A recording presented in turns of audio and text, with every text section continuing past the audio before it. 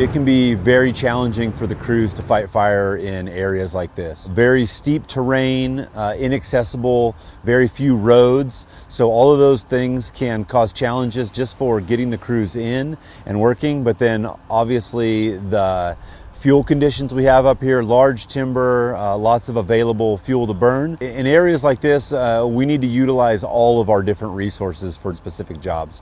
Obviously the hand crews are used to get into those inaccessible areas that we're not able to get dozers and things like that.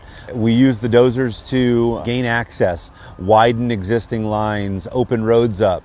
And then air support is crucial in some of these areas just to get that fire knocked down so those crews can get in there and actually work on those fire lines safely. We're experiencing some pretty strong winds, and as we get into these upper elevations, that can actually intensify those winds.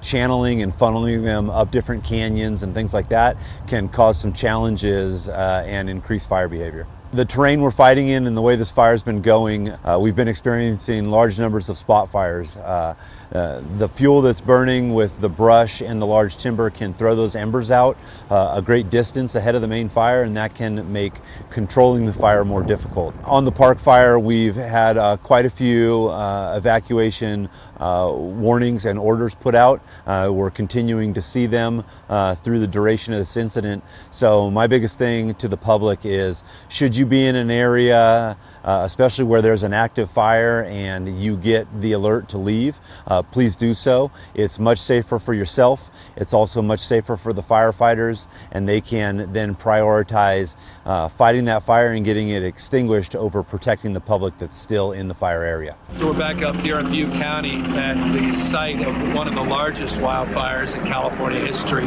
the Park Fire. You're hearing aerial assets above, putting all hands on deck, 350,000 acres and growing by the second. Over 2,500 personnel working the fire, working to hold the line, doing what they can. A fire that was ignited was initiated right behind me. Speaking of hold the line, I want to thank all the local law enforcement, our mutual aid, thank all the nonprofits that really stepped up for our community. I hope everybody stays vigilant by going to fire.ca.gov.